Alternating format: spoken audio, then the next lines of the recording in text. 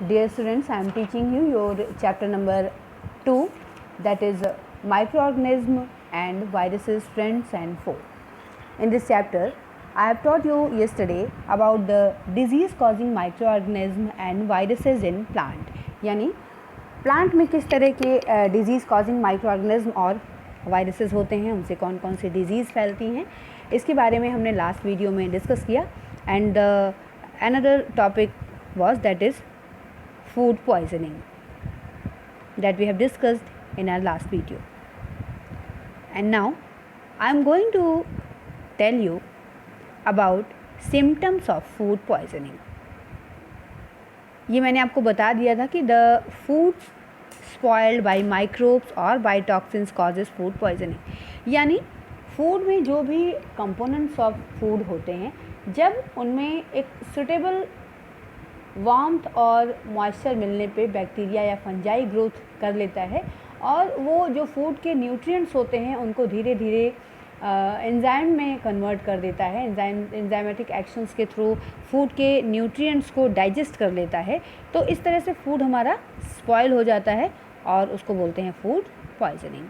तो what are the symptoms that we recognise that food has get spoiled. The symptoms of food poisoning are headache, vomiting, fever and diarrhea. Means if any person have headache means सिर में दर्द हो जाए, fever बुखार होने लगे, vomiting उल्टियाँ होने लगे और डायरिया यानी उसको पतली दस्त होने लगे, लूज मोशन होने लगे, तो ये समझ लेना चाहिए हमें कि ये जो है फूड पॉइजनिंग के सिम्टम्स हैं. Food poisoning is caused by, कैसे क्या कारण है फूड पॉइजनिंग के. Microbes or microorganism such as bacteria and fungi present in the spoiled food. जो फूड स्पॉयल हो जाता है उसमें बैक्टीरिया, फंजाई, ये सारी जो माइक्रो ऑर्गेनिज्म हैं ये उसमें प्रेजेंट हो जाते हैं, उपस्थित हो जाते हैं, उसमें ग्रोथ करने लगते हैं, जिससे वो फूड स्पॉयल हो जाता है. The common bacteria which cause food poisoning are.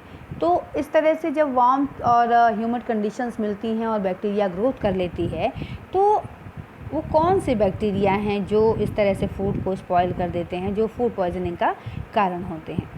Salmonella, staphylococci, clostridium botulinum and aspergillus are commonly known microorganism that spoil the food, that causes the food poisoning also. The toxins produced in the food by bacteria and fungi. और एक और बड़ा reason ये भी है कि जो bacteria और फंजाई उस फूड में जर्मिनेट हो जाते हैं, मल्टीप्लाई करने लगते हैं, वो लगातार उसमें टॉक्सिन्स प्रोड्यूस करते हैं. टॉक्सिन मीन्स जहर, poison.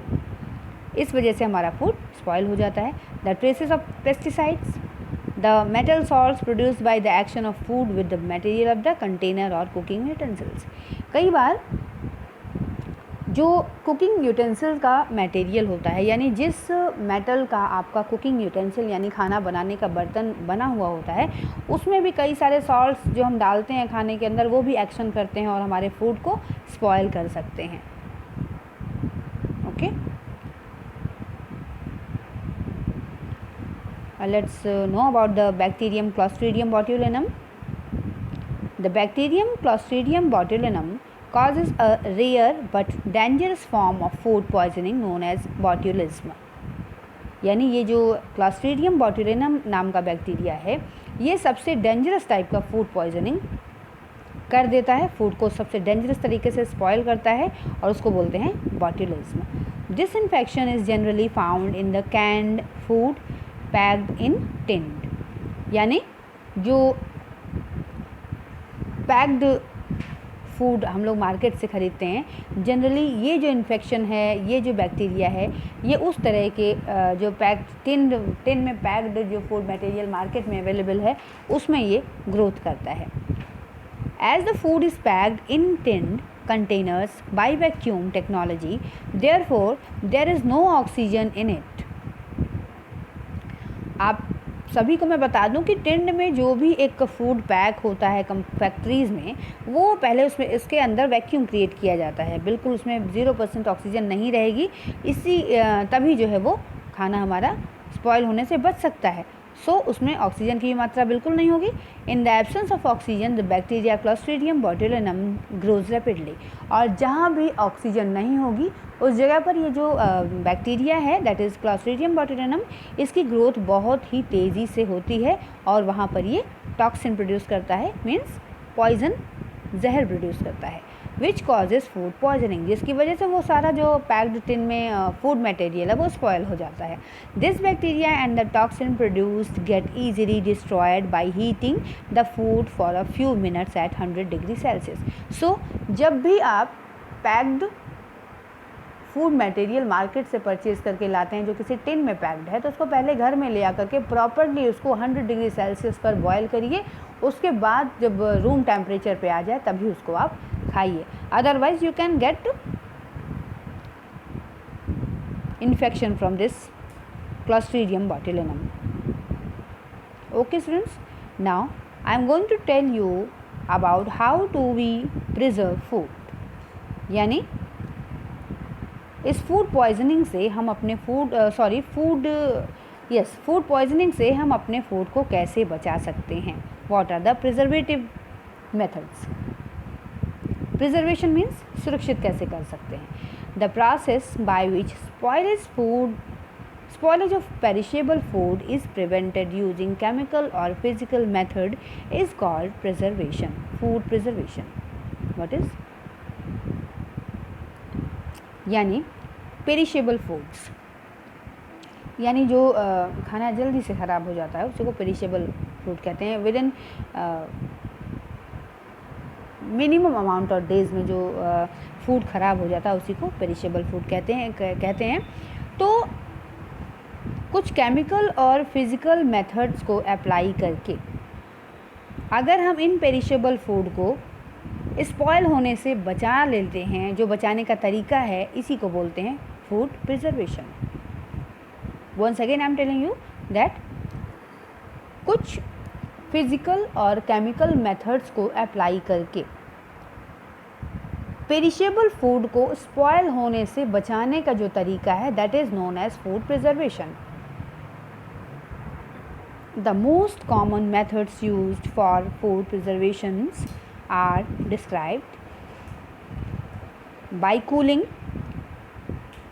the spoilage of foods such as vegetables, meat, fruits, boiled milk, curd and cooked foods can be prevented by keeping them at low temperatures in refrigerator or deep freezers. Means जो vegetables हैं, meat, fruit, boiled milk, curd, cooked food, ये सारी चीज़ें जो भी हैं इनको अगर हम रेफ्रिजरेटर में या डीप फ्रीज़र के अंदर लो टेम्परेचर पे रख देते हैं तो इसको हम प्रिवेंट कर सकते हैं स्पॉयल होने से। इसीलिए आपने देखा होगा कि हर घर में नॉर्मली अब फ्रिज होती है और जो भी खाने पीने की चीज़ें हैं घर में अवेलेबल उसको हम फ्रिज के अंदर डाल देते हैं, क्योंकि लो टेम्परेचर होगा तो बैक्टीरिया उसमें ईजिली ग्रोथ नहीं कर पाएगा। Low temperature prevents the spoilage of food, because क्यों लो टेम्परेचर में फूड हमारा ख़राब होने से बच जाता है, स्पॉयल होने से बच जाता है। Retards the growth of bacteria, जो बैक्टीरिया की ग्रोथ है वो कम हो जाती है, बहुत ही स्लो हो जाती है लो टेम्परेचर में। Inactivates the enzymes present in the food items, food items में whatever enzymes are present in the food item that will be inactivate in low temperature. जब टेम्परेचर लो होगा तो जो भी फूड मटेरियल में enzymes present होंगे वो inactivate हो जाते हैं, अक्रिय हो जाते हैं, वो एक्शन नहीं कर सकते हैं। And fish meet can be kept in deep freezers for month. और मैं आपको बताना चाहती हूँ कि फ़िश, मीट, ये जो सारे नॉन वेजिटेरियन थिंग्स हैं, नॉन वेज हैं, ये सारी चीज़ें जो हैं वो डीप फ्रीज़र में महीनों तक के लिए रख दी जाती हैं और ये ख़राब नहीं होती हैं। Okay, with this I am going to complete this topic, that is food preservation, and rest part of the chapter I will discuss in your next video.